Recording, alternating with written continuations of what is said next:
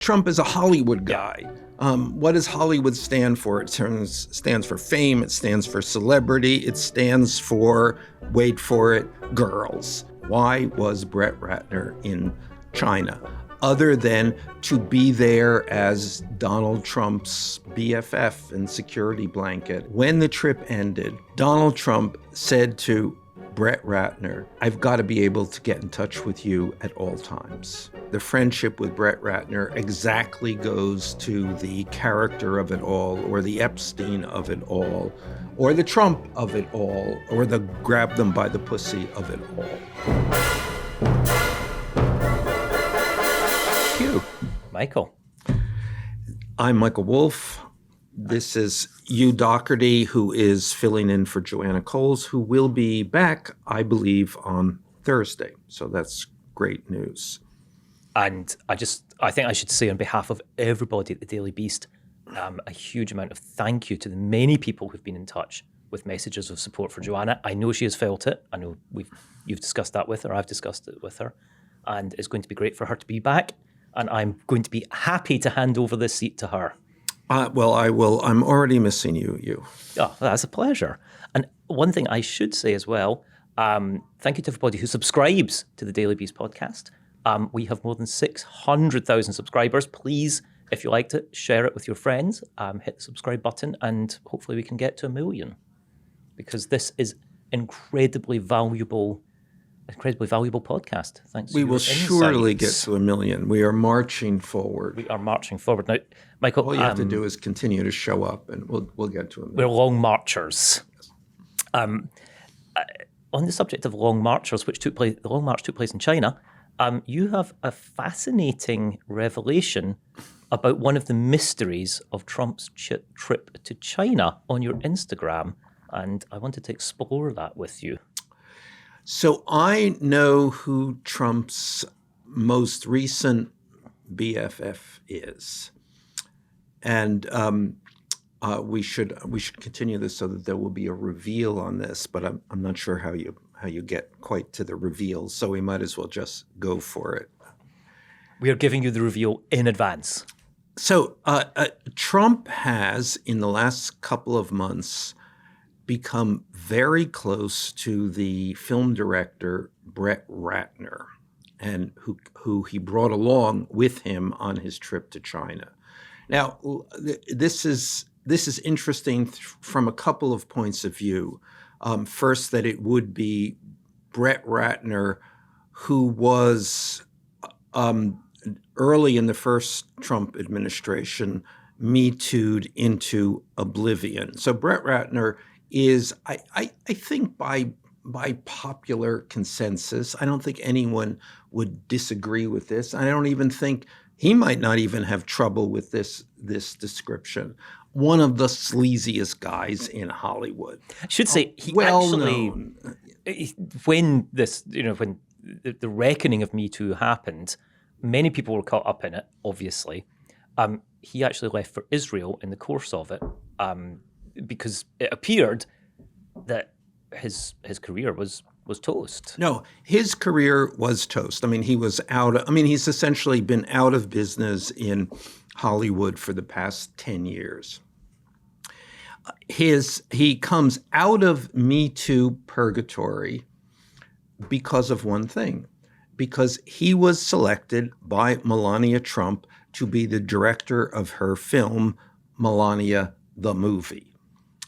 Now, why Brett Ratner? And Ratner is most well known for as the director of the what's the name? The Rush Hour. The Rush Hour series. I couldn't remember because it's just one of those generic action films. Yes. Rush Don't mix Hour. them up. There's the Fast and the Furious. There's Rush Hour. There's probably Fast Rush. I don't know, but Rush Hour 1, Rush Hour 2, Rush Hour 3. So Melania selects him to, and this is apparently without Trump's input, she selects him to be the director of her film, Melania the Movie, which is, how can we describe it? I'm not even sure it is quite possible to find the words to describe this this movie, this documentary. It's from any logical standpoint, it is appalling in all respects. I mean, it is a music video for the First Lady. It is a promotion for the First Lady. And then remember, this is a kind of bribe. It's Amazon, Jeff Bezos and Amazon's bribe to the Trump White House, which is that they paid Melania $40 million to make this movie. And then there's an additional 75 or something like that they've put into promoting this movie. And I'm just going to say that Amazon have corporately denied that it's a bribe and said that it had nothing to do with Jeff Bezos meeting the Trumps at Mar-a-Lago. Just put that on the record. Put this on the record. I mean, there is no circumstance in which someone would say, yes, it was a bribe. So that would be an unusual corporate statement. So at any rate, you have Brett Ratner, this sleazeball drummed out of Hollywood, brought back to direct Melania's movie, which she is being paid $40 million for by Jeff Bezos, Amazon. Okay.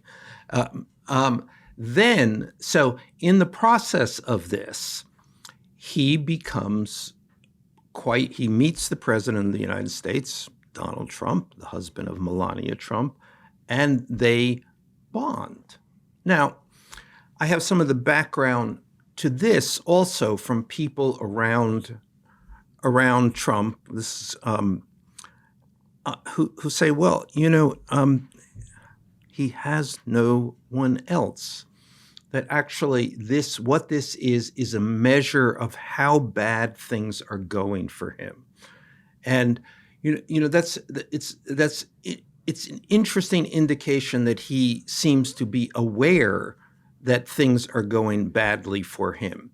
And what he does when things are going badly for him, and we can go down the list, the economy, ICE, healthcare, obviously the war in Iran, and we can keep going. And we can include the ballroom, and we will come back to that. We have more to talk about that ballroom, but... and Epstein. Just across the board. Matter of fact, we can safely say there is no good news for Donald Trump. Okay, in that situation, and this is inside Trump's head, what he does is blame other people. So it is a tenet of Donald Trump's personality and a tenet of Donald Trump's politics that someone else is always to blame. He is not capable of seeing anything that might be his fault, not capable of seeing anything that he might do differently. His approach is to double down. If things are going wrong, it's because somebody else did something wrong. And you've got some specifics as well on exactly who's getting at least some of that blame right now. Well, it's kind of, we've seen several cabinet heads be fired. We see other cabinet heads who are under the gun and probably will be fired. It is everywhere. There is nobody who is in good shape, including his most recent BFF, golfing partner, Steve Witkoff, who is now being blamed, and not unreasonably, for Iran and certainly for being unable to come to a settlement in Iran. So he has nobody around him. Enter Brett Ratner. And so Brett Ratner as a Trump compatriot is interesting and tells us quite a bit about Donald Trump. First thing, Donald Trump has always liked Hollywood people. Matter of fact, he's been incredibly resentful of the fact that, and hurt, I think, by the fact that Hollywood people don't like him. Then Brett Ratner is exactly the kind of Hollywood guy he has always hoped that he could bond with. He is shall we say it, a grab them by the pussy guy. I mean, in some sense, and let's rush ahead also to point out that Brett Ratner had an Epstein relationship. I was going to say that this is almost like a love triangle. No, triangle. But yeah, Brett Ratner and Donald Trump are connected. Brett Ratner and Jeffrey Epstein were connected, but Brett Ratner was not connected to Trump at that time. So it's right. No, so it's kind of come back. The symmetry is now complete, and these are guys of a very particular cut. I mean, this is the misogyny central, effectively. Then there's another element of the Brett Ratner story. So Brett Ratner, Me Too'd, out of business for 10 years, gets the Melania job, as a direct result of that. Now, as we've said, there's Rush Hour 1, Rush Hour 2, Rush Hour 3. There's been a script for Rush Hour 4 for many years, which he couldn't get financed. No one was going to make a movie with Brett Ratner. And on top of that, probably nobody wanted to make Rush Hour 4 anyway. You know where it's going to be set. I mean, but Rush Hour 4 has now been greenlit by Paramount. Now, Paramount is the studio that has recently been taken over by Larry Ellison, the tech billionaire, the billionaire, 200 billion, something like that. I think his current net worth on Forbes at the moment is about 225 to 230. So it's a lot. So it actually, Larry Ellison's son, David Ellison, is the CEO of Paramount. But of course, this is Larry Ellison is the chief shareholder of the company. It is Larry Ellison's money. Also, they are in the process of taking over Warner Brothers. Both of these acquisitions, Paramount and Warner's, they were able to do these acquisitions because of Donald Trump. And a lot of the focus, just say, we've focused at Daily Beast on the takeover, particularly of CBS News and the move there to make it much more MAGA coded, MAGA curious. But this is a whole other aspect of this takeover. So Paramount, the studio, owns, in addition to the film studio, they own CBS, they own Comedy Central. Yep. I mean, this is a giant company, a giant media conglomerate, and now they will be taking over Warner's, which will include CNN, HBO, and essentially they will dominate Hollywood. And this actually comes back to Trump's love of Hollywood and how do you get Hollywood to love him back? Right. Well, you have one of your guys buy it, basically. At any rate, Brett Ratner's Rush Hour 4 is now being made by Paramount as another way to please Donald Trump. And who knew that he was, first of all, a Jackie Chan fan? I don't know. But who knew he was such a movie buff that he wanted another sequel to? In fact, we discussed on an earlier episode, you spoke to him about his love of The Godfather. Yeah, well, I mean, I don't even think, I mean, or Trump, at least his knowledge of. Yeah, Trump is not a movie guy, but Trump is a Hollywood guy. What does Hollywood stand for? It stands for fame. It stands for celebrity. It stands for, wait for it, girls. So this is this is very much a comfort zone, actually an aspirational zone for Donald Trump.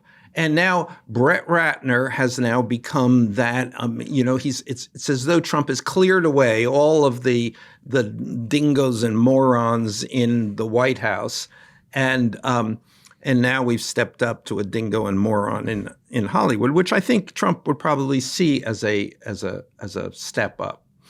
And I did hear, so when the China trip, and what was Brett Ratner doing in China? Oh, there's another interesting thing about Brett Ratner, that he is known in Hollywood as being Putin's guy.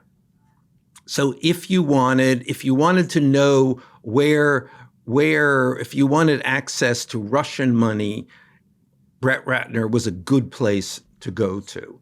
At least he was until he was cast out of Hollywood. But now, of course, he's back.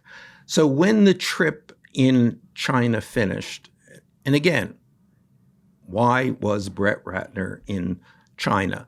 Other than to be there as Donald Trump's BFF and security blanket and the guy he could talk to. And in fact, when the trip ended, Donald Trump said to Brett Ratner, "I've got to be able to get in touch with you at all times."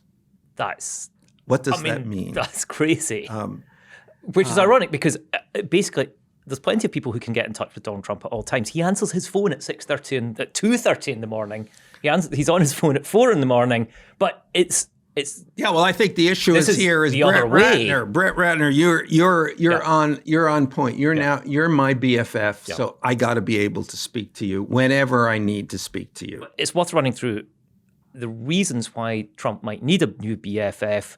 Is you briefly touched on it. Well, there's no one around him. I mean, literally everybody is now someone to blame. Yeah. And that's each of those topics have a point person. That's the important thing, I think, takeaway here. Well, actually, there are a couple of takeaways here, but one of those takeaways is that he understands how bad things are. Now, in his way of processing that is to blame someone else, but of course that doesn't change how bad things are, and things are very bad. And then the other takeaway is a character takeaway, that Brett Ratner, the friendship with Brett Ratner exactly goes to the character of it all, or the Epstein of it all, or the Trump of it all, or the grab them by the pussy of it all. And let's just go through some of the things that are bad. I think we've all been taken by quite how bad the polls are.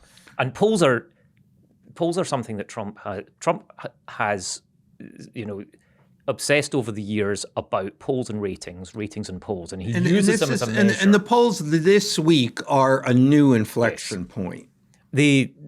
Some of the numbers are worth. I'm looking down because I'm going to make sure I get these numbers right. But New York Times and the Siena poll, and that is regarded as the best there is, and one that has tended to, I think, be fairly accurate about the prediction of elections. But at the moment, he is down to 37% approval rating. That's the lowest he's been. It's the same rating that George W. Bush left on in the midst of a financial crisis, and I hate to say it, an endless war in the Middle East. And 69% of people, meaning Republicans among them, disapprove of him on the cost of living. No. These are numbers that change the game. I mean, when you get to numbers here, you're kind of at a no equivocation point. You're not at a point where you say, well, it could get better. Yeah. You're at a point in numbers when these numbers, it really can't get enough better. Yeah. Because these numbers, it's worth saying, are lower than they ever were in 2020, when things were obviously bad for him. These are numbers that we haven't seen for Trump at all. And you've had Trump in your life and in your head for a decade, but he's always been able to find something good in numbers, right? And this doesn't have a silver lining. There's also, you get to this kind of inflection point in these numbers, and in which it's not only, well, they can't. There's no way they can get good enough to overcome this. Yeah. But when you get to this point, it means that they're going to continue to go down. Yes, this is a cascade failure. You're only going one direction, which might be why we saw him. We are recording this, I should say, on Tuesday morning, and we just had a very bizarre appearance of Donald Trump. Outside, it's really sticky hot down in DC. I believe it's already in the 90s. It's certainly in the high 80s. It's humid.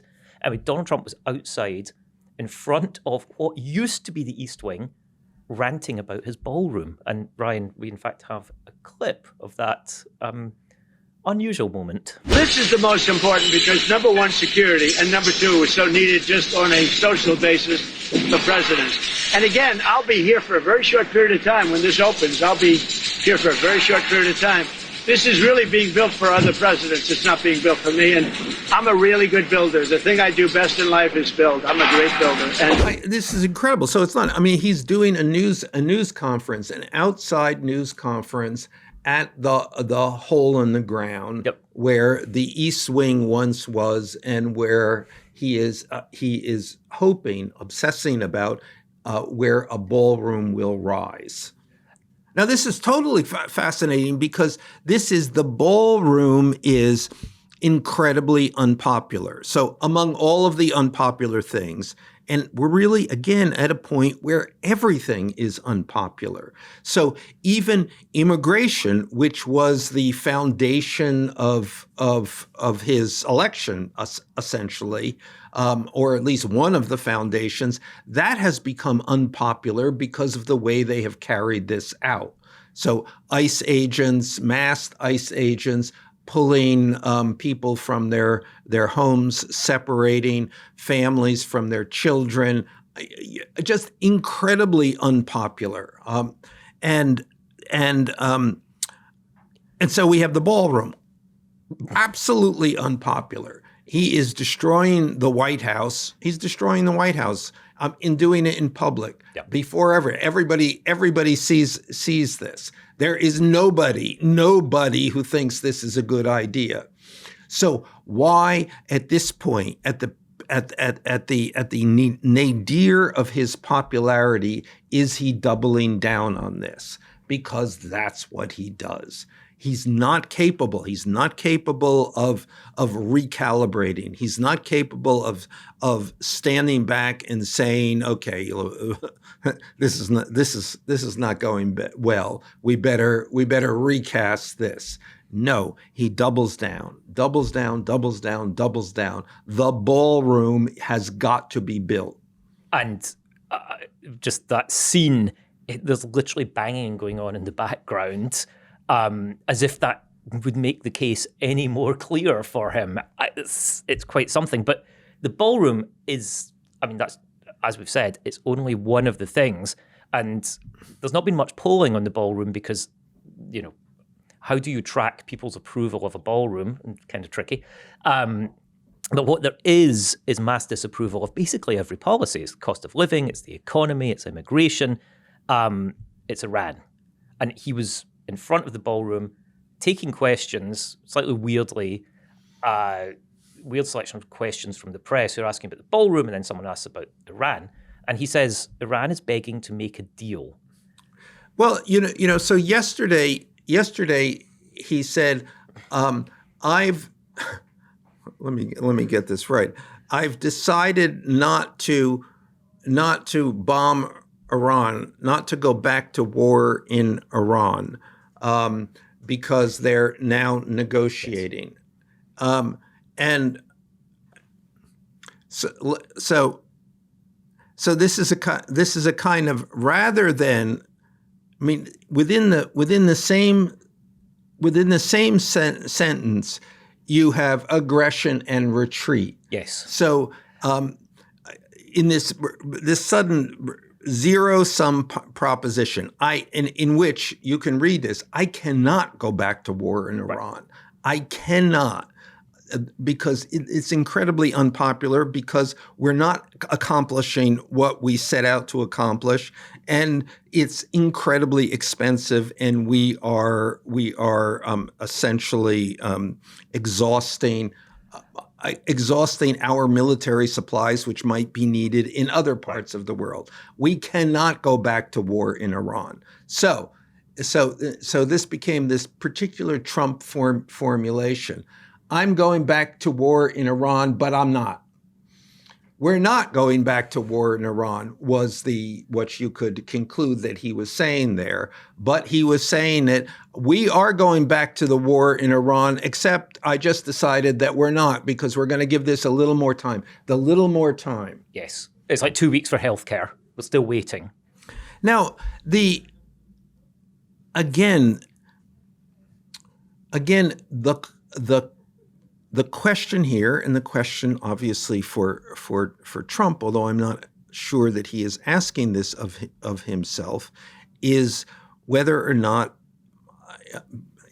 people see exactly what's going on here. And I'm afraid they see this, that there is enormous clarity. In the 10th year of Donald Trump, this is not coming as everybody knows what he's doing.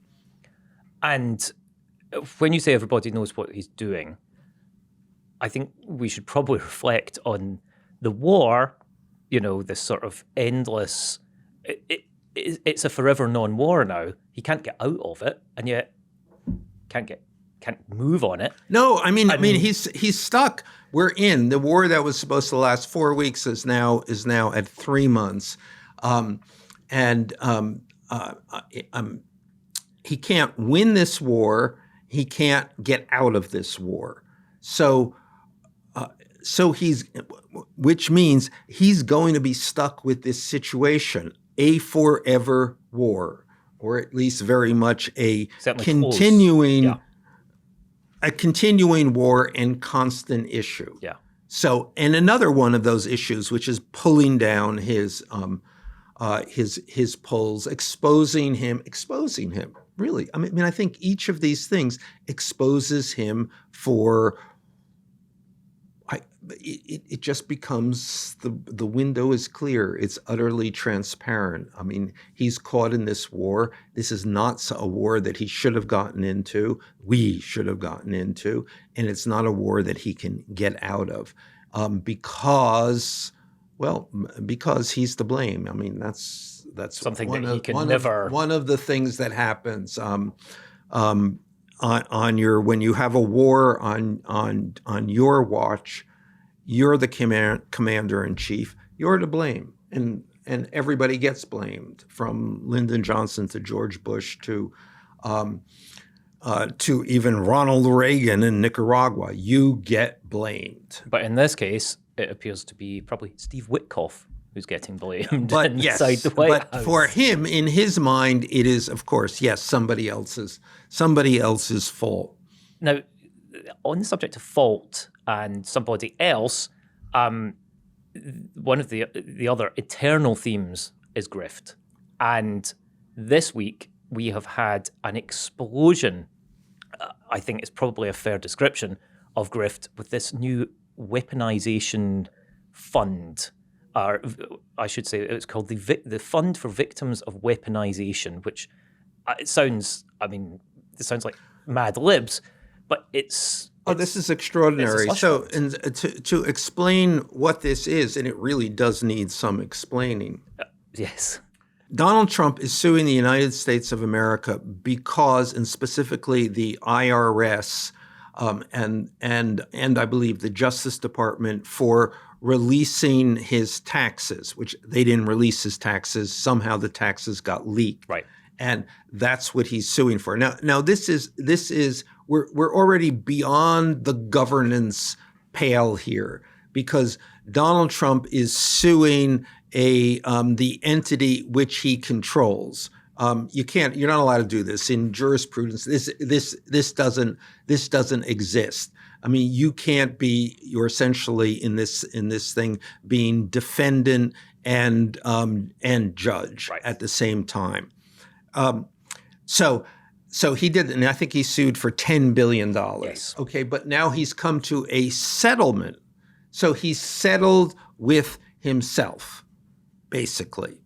And the settlement is, and remember, this is another thing that was incredibly unpopular, and with people saying, oh my fucking God, this cannot be. How can he sue his own government for $10 billion? And just to point out, the tax returns that were leaked every president since Richard Nixon has released the tax returns. So I'll make one correction to that. Gerald Ford released a summary of his tax returns. Everybody else has released the lot. Richard Nixon did it. And yet, Trump is suing over a partial leak of some of his tax returns. So the whole setup to this is jaw-dropping. Jaw-dropping. So $10 billion, but now he has settled this case, and the settlement is that the government of the United States, which he controls, will set up a fund, a $1.8 billion fund, and that money will be available, and it's completely unclear how this is available, who decides it is available, what are the measures of who gets what. For people who are described as being prosecuted by the United States Justice Department for essentially supporting Donald Trump, or in his version of this. His version. Now, of course, Donald Trump has been. There were 4 criminal indictments against Donald Trump, including a criminal conviction on 43 counts, I believe. And so the people who are compensated to be compensated by this fund are essentially people who came to his aid in what might otherwise be construed as criminal activities. I think that's a very fair summary. And among them, quite possibly, and this is the kind of the thing that hangs over it, is we don't know. We would love to know, but all we have is the word of Todd Blanche, who is, first of all, the acting Attorney General, and of course somebody you are intimately familiar with from the courtroom where Donald Trump was convicted, because he was his defense attorney.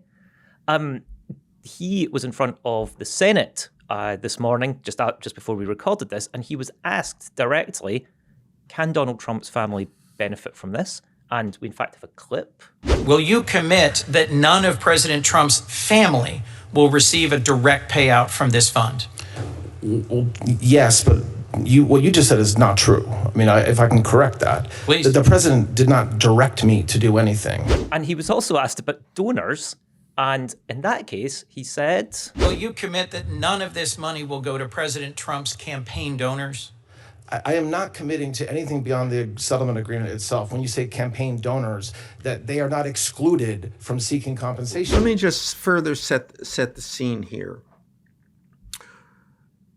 Richard Nixon was forced to resign from office for including the following: creating a slush fund of money to pay off the Watergate burglars. That is essentially what has happened here. We've created a fund of money that the President of the United States can use to compensate people who may well have been involved in aiding him in criminal activities. The precise number is 1,776 million, 1.776 billion. So a slightly ironic use of the year in which the nation was founded in opposition to a monarch taking money from people. Just a sort of subplot there. But let's just a moment on Todd Blanche, who was one of my favorite characters here, because this is a person, Todd Blanche, who used to be a Democrat, used to have a job in a respectable white shoe New York law firm, and seems to have reached a plateau there, and so got this opportunity to go to work for Donald Trump. Remember, Donald Trump burns through lawyers. He both burns through lawyers, and most lawyers won't go to work for him. But Todd Blanche was given this opportunity, and in that literal kind of deal with the devil, he has spent the last 4 years he's been working for Trump now, 3 years maybe, turned himself into pretzels. Everything that he says, it's like, how do I justify this? How do I rationalize this? Is it possible that I can survive another day wrapped in this complete illogic? Fascinating to see.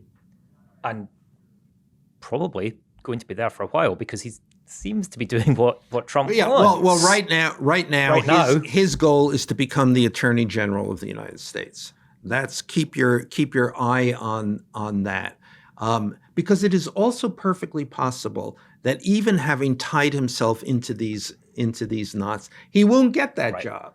It may not be enough. It is too much and yet never enough. Mary Trump. It's an impossibility, right? No, and it's very likely that Todd Blanche will be blamed for something, as everyone around Trump is blamed for something, which is why we get Brett Ratner at the moment. And we also, there's no easy transition to this, but let's talk about God. We had... So over the weekend, there was a celebration of Jesus Christ in Washington. And that brought all kinds of evangelicals to Washington to celebrate Jesus and Donald Trump. Possibly not in that order. Possibly not in that order. And it is, again, one of those... one of the strangest political bedfellows pairing of all time, because I think it's safe to say of this is Jesus and Donald Trump. Yes, not a willing pairing on both sides, I would guess. But I just want to quote some words of Donald Trump. I suppose this is a reading from the book of Donald Trump. But while he was doing this bizarre ballroom talk, he went off on various topics, and it's unclear how he got to this, but he started talking about religion. And he said, religion is a good thing. It's a good thing for our country. Religion is taking off like you've never seen before in our country. You go back 2 or 3 years and no one was going to church. Obviously, no one, I mean, it's impossible for Trump to know that because he doesn't go to church, but he's really spinning this as hard as he possibly can. But, the other thing that was interesting to me about this is that Trump wasn't there. Actually, nobody from the White House was there. Yeah. They sent some videos I was looking at the politics of this. Why have they decided now to try to gain some distance from the evangelicals? Now, one reason is abortion, and abortion is back on the table, and the base is, especially the evangelical base, is demanding support for the banning of medical abortions. Mifepristone. So the banning of mifepristone. Yeah. And, and again, let me go back to the story during the campaign that he was asked about mifepristone, and he said, we're looking at that. We'll get back to you in 2 weeks. And I was there. I turned to one of Trump's guys, and he immediately says, has no idea what that is. Right. But the evangelicals absolutely know what it is and have become energized. And this is, again, one of those other things. And Trump has intelligently, it's a funny word to use in the same sentence with Donald Trump, but he has, let's say, keenly understood that that's not an issue he wants to be linked with. This is a genuinely an unpopular issue in the country. It's a popular issue with the core of his base as anti-vax, as the anti-vax issue is, and then with the greater country, a total loser issue. So Clearly, he doesn't want to, and this is back on the stage. There's been several decisions about this. Mifepristone was ruled by a Louisiana. Are we doing that? Is it Louisiana? It's Louisiana, yes, right? It is. Definitely It is south. Louisiana. A Louisiana court. There was essentially a ban with which the Supreme Court then has at least temporarily reversed. But it's there, and this could come down at any time during this election cycle. And again, shave where we're at 37% approval, could shave another 5 points off of that. And on the generic ballot at the moment, in that same poll, Democrats are sitting on 50% in the generic ballot, and Republicans are sitting on 39%, which means, sure, it's not a majority. That's not a proper majority for Democrats of votes, but it means people who would have backed Republicans are sitting on their hands. They don't like this, they're staying at home. Why give them another reason? Let's go back. Turn back to another unpopular issue, incredibly unpopular, which he again is doubling down on. So what's come back? Greenland. Now, and we thought that had gone away, melted, frozen over. Totally. He got out of that. Yeah. I mean, and it was like, I thought, oh my God, how has he slipped out of that one? But he can't resist. We're back in on the Greenland issue. And the background of that is that in order to get out of that, the kind of deal was that Denmark, Greenland, we would have a discussion about what would happen, an ongoing role for the U.S. And the U.S. does have an ongoing role, and there are all kinds of existing agreements with Greenland that gives the U.S. quite a bit of control, certainly over the issue that Trump has highlighted to be the specific issue that he's highlighted, which is the Arctic defense. Yep. But in these meetings, the Trump people are insisting on much greater control, essentially a grab for Greenland again. So, and this is now suddenly back in the news. Why would he do this to himself? I mean, this is so get inside Trump's head. And one of the interesting things inside Trump's head is that he doesn't know how to think like a politician. He doesn't know how to cut his losses. In effect, he sees his strength and his future as being even more Donald Trump than he has been, always upping the ante, always being he's a performer. And so he sees this as a performer. And I'm going to perform more vividly, more hotly. I'm going to be more me. I'm going to feed, they like me, some shrinking part of the country, but nevertheless, I got elected on being Donald Trump. I will just be more Donald Trump. One of the never retreat. The very specific thing that the Trump people have slipped into the talks about Greenland and Denmark is that there would be a perpetual American presence or veto over an independent Greenland, which means Greenland is a possession or a territory of Denmark, and many people there want to be independent. I don't think they're definitely not signed up to the idea that independence means America having a perpetual veto over them. So he's like, he's lost the room. Again and again and again and again. And again, let's go back. There are no signs of hope in the Trump agenda, no signs of political hope for him. I think probably the only hope you can argue is in reapportionment and in his meddling with the election system. But at 37% approval, that's not going to make any difference. Yeah. And some of that is going to some of those that meddling about the apportionment and about the redrawing of boundaries.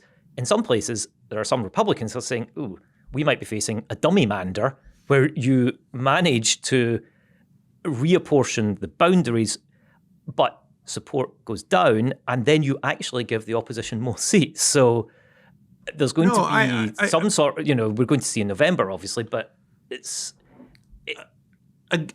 Again, we are at this moment, and I think it's really worthwhile to appreciate where we are. That I don't think he can get out of this. Right. I mean, we've crossed a threshold. I think I've said before that if I write this book, this is the period that I would want to write about and call it Downfall. A very recommended movie, by the way.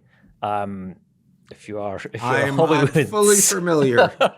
if you're seeking Hollywood movie, but that what I was going to say was he's lonely. He's in the West Wing. He's only got Brett Ratner.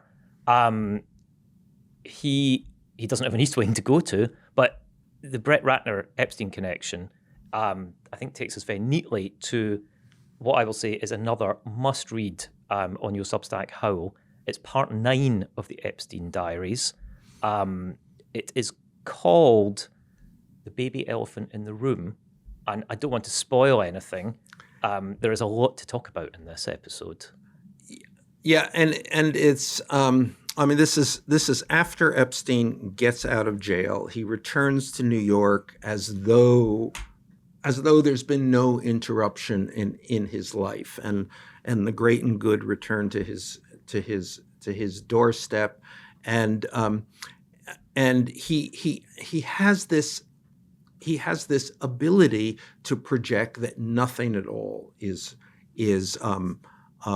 nothing at all has happened, nothing at all is wrong. Which I know we've discussed before in Kind of States the Obvious, but that's like the Trumpy mentality as well, isn't it? Yeah, no, I think projection it is. is very and it is, and like Trump, Epstein, in one of the fascinating things to witness is that Epstein was a completely made-up guy living a fantasy life, and so that's where this is in this 2010-2011 period, in which and he will, and you're just vaguely aware that forces are starting to come after him again, and he's kind of holding them off, and you're not entirely even aware that this is happening, and in trying to explain the context of this, and it's hard because this story has moved so. The arc of this story now everybody knows who Jeffrey Epstein is. Yeah. Jeffrey Epstein is in everybody's head, and at that point, no one knew who Jeffrey Epstein was, and it would be quite a number of years before they did. So it's interesting, I think, to glimpse him at this point, and then there's a part of this which I would recommend of a dinner that takes place in Jeffrey Epstein's apartment in Paris. And I will spoil none of that. I think you should spoil none of it. It's quite a remarkable dinner. But I think it's a fairly good picture of actually who Jeffrey Epstein was and how he operated. In this installment, you actually chronicle how your relationship with Epstein was shifting, and you began to see that this was a book to be written or a story to be told, and you describe it as a survivor story, which is interesting because, of course, we now know the ending, but you describe him as a gift character for the remarkable narrative that was happening in front of you, and you realized before, I think, people had realized how important Epstein was. No, I mean, I found him a riveting character. I mean, I found this whole thing. Would he survive? He, desperate, trying to survive. Would he survive? And then the question of, does he deserve to survive? I mean, which is another question. But all of these things come together in this guy, this made up life. I mean, I love made up characters. I mean, made up people. In New York is a city of people who have just made themselves up. and with Epstein being in kind of an extraordinary example of that. I just want to say a lot of people have been asking questions about, your relationship with Epstein. And I think one of the most fascinating aspects of this is that you are chronicling almost in real time this evolution over time. And I know, I mean, it's very hard for people to understand and appreciate, what I mean, a writer gets into situations in which you want to write about. And the closer you get to these kinds of larger than life characters, I mean, it's, Epstein was think of him as just a gangster. And gangsters are phenomenally interesting characters. And phenomenal, actually takes us back to Hollywood. A phenomenal Hollywood trope is the gangster movie. Yeah. So, installment 9 of the Epstein Diaries on Michael Wolff's Substack, Howl, and we'll have a QR code up on screen so you can scan to take you straight there. And I said the title is The Baby Elephant in the Room, and I'm not asking for any spoilers, but it is a genuine jaw-dropper when you get to the reason why it's called that, and highly recommend. Can I just do one bit of housekeeping, Michael, before we wrap up? Please. When we were discussing Kash Patel's snorkeling on an earlier episode, one of us, and I believe it was me, mistakenly said that there were soldiers who had died at Pearl Harbor. They were, of course, sailors who were entombed in the USS Arizona. I just want to... Some people had rightly pointed that out in the comments. I just wanted to make that clear. Well, they were United States servicemen. They were absolutely United States servicemen and sacrificed themselves for the country, and possibly in contrast to Kash Patel, I would just say. Just slightly different. And Donald Trump. Who, of course, did not serve. Bone spurs. Our incredible team, thank you again, as always, Ryan, Heather, Rachel, and Neil. And we will be back on Thursday, and I believe Joanna Coles will be back in her seat. So the good news is we have so many Beast tier members now. There are too many names to read out, and we really appreciate your support.